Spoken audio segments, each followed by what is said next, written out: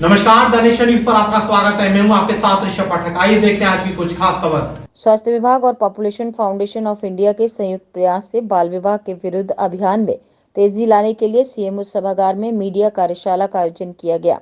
कार्यशाला को संबोधित करते हुए सीएमओ डॉक्टर सतीश कुमार सिंह ने कहा कि बाल विवाह एक कलंक है, इसे हर हाल में मिटाना होगा। इसकी वजह से न सिर्फ मातृ व शिशु प्रभावित होते हैं, बल्कि इससे अच्छे स्वास्थ्य का अधिकार, शिक्षा का अधिकार, हिंसा और शोषण मुक्त जीवन का अधिकार, विकास का अधिकार, समानता का अधिकार और सहमति से विवाह के अधिकारों का हनन होता है।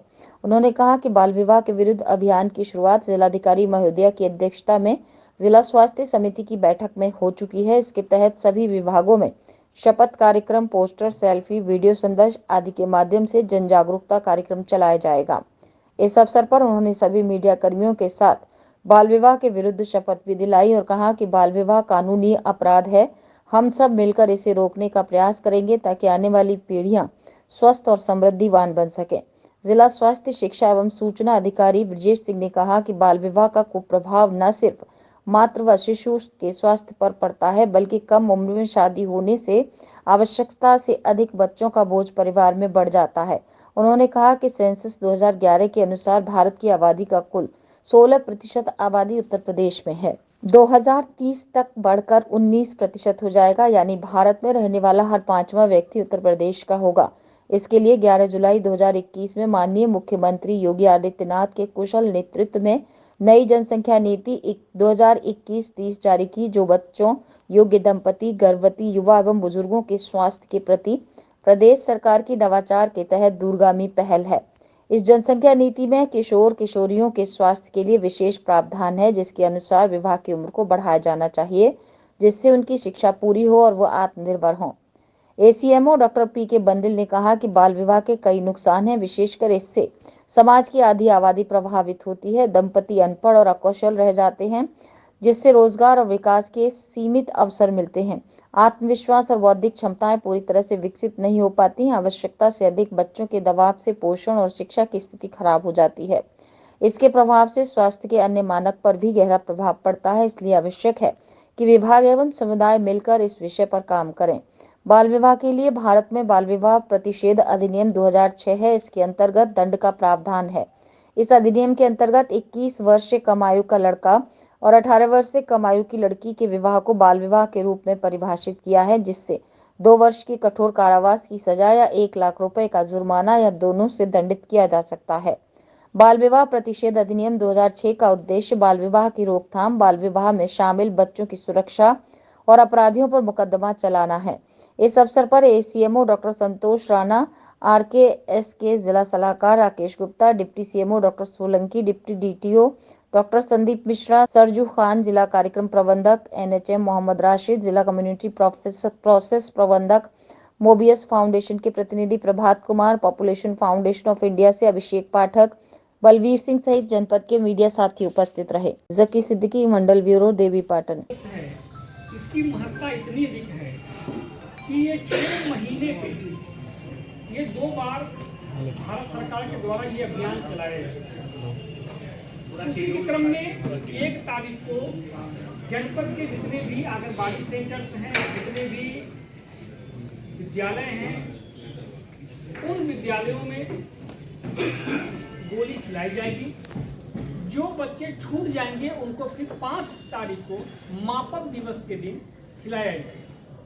जो बच्चे घर से स्कूल नहीं जाते हैं या नहीं जा पाए, उन्हें घर घर जा करके जो कार्यकर्ता हमारे हैं वो उसको खिलाने का कार्य करेंगे। एल्पेंडा जहाँ तक इतना अधिक महत्व होता है कि लगता है कि हाँ ये एक छोटी सी गोली है, लेकिन महत्व इतना है कि इसी से व्यक्ति को एनीमिया, क्योंकि जो कीड़े होते हैं उन कीड़ों की वजह से बच्चे को भूख नहीं लगती है, वजन गिरता है, बच्चा स्वस्थ नहीं होता है, कुछ भी खाएगा उसको वोमिटिंग महसूस होती है। ये सारी चीजें तो उसकी वजह से जो भी बच्चा हो या बड़े जो भी लोग हैं वो एनीमिक की तरफ चले जाते हैं। इसको रोकने के लिए एक टेबलेट की ही आवश्यकता पड़ती है।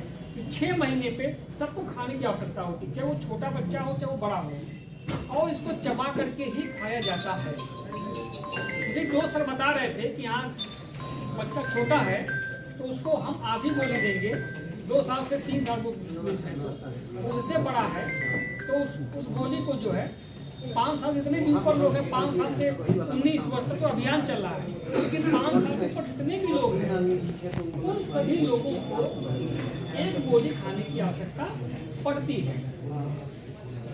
रहा सवाल कि कितने लोग यहाँ पे हैं, तो आरपीएस के कोऑर्डिनेटर, राष्ट्रीय किशोर स्वास्थ्य कार्यक्रम के कोऑर्डिनेटर हैं राजेंद्र गुप्ता जी, आप ये बताएंगे कि कितने विद्यालयों में गोली खिलाई जानी है, सरकारी और प्राइवेट सभी में, और कितने लक्षित हमारे बच्चे हैं। इसी विकेट को होता क्या है कि जो हम लोग देखते हैं कि सरकारी विद्यालयों में तो लोग बच्चों को खिला देते हैं, गाँव में नहीं, दिक्कत आ जाती है प्राइवेट विद्यालयों में। लोग ये सोचते कि ये कौन सी गोली स्वास्थ्य विभाग को जाकर के दे दिया और हम खिलाएं, कहीं कोई साइड इफेक्ट हो जाए, कई विद्यालय मना कर देते हैं, जब तक गार्जियन लिखे नहीं देगा तब हम नहीं करेंगे। तो इन भ्रांतियों को दूर करने की आवश्यकता है कि ये कितनी महत्वपूर्ण है कि एक गोली के लिए भारत सरकार इतना बड़ी योजना चला रही है, तो इसे ही हमको लोगों को समझाने की आवश्यकता है कि बिना इसके स्वास्थ्य में सुधार नहीं होगा। अभी कल चर्चा भी कर रही थी, उन्होंने कहा कि यदि हम प्रारंभिक स्तर पर ही माँ को स्वस्थ कर दें, पहली बात उन्होंने कहा कि देखिए बाल विवाह जो है केवल हमारे लिए प्रथा ही नहीं है, एक कानूनी अपराध भी है। बाल विवाह के बहुत सारे घाटे हैं। एक तो बाल विवाह होने पे बच्ची कम उम्र की रहती है, जैसे शारीरिक और मानसिक दोनों ही स्थितियाँ उसकी नहीं होती है, बच्चा जन्मने लायक। तो क्योंकि कानूनन अपराध तो है ही, हमारे लिए समाज में बहुत बड़ी कुप्रथा है। इसको मिटा देंगे अगर हम लोग, सही समय पे शादी होगी तो बच्ची शारीरिक और मानसिक रूप से मैच्योर रहेगी और उसको बच्चा जो पैदा होगा वो भी अच्छा होगा। नहीं तो बच्चे जो पैदा होते हैं वो कम उम्र के पैदा होते हैं, कमज़ोर पैदा होते हैं, और इसका असर हम लोग समाज पूरा झेलते रहता है शुरू से अंत तक। बच्चा कमज़ोर हो गया, मानसिक रूप से कमज़ोर रहेगा, ठीक से पढ़ेगा नहीं, लिखेगा नहीं, आगे नहीं बढ़ेगा, तो हमारे समाज पे तो बोझ होगा ही होगा। क्योंकि परिवार का बोझ ऐसा नहीं कि समाज और देश का बोझ नहीं हो, सबका बोझ है। इसको हम लोग तभी खत्म कर पाएंगे जब शुरुआत वहीं से करें। इसको लेकर एल्बेंडाजॉल को लेकर क्या बताना चाहेंगे आप खिलाने के लिए? एल्बेंडाजॉल हम लोग इसलिए खिलाते हैं, साल में 2 बार खिलाते हैं, जिसको हम लोग कहते हैं NDD, नेशनल डिवर्मिंग डे।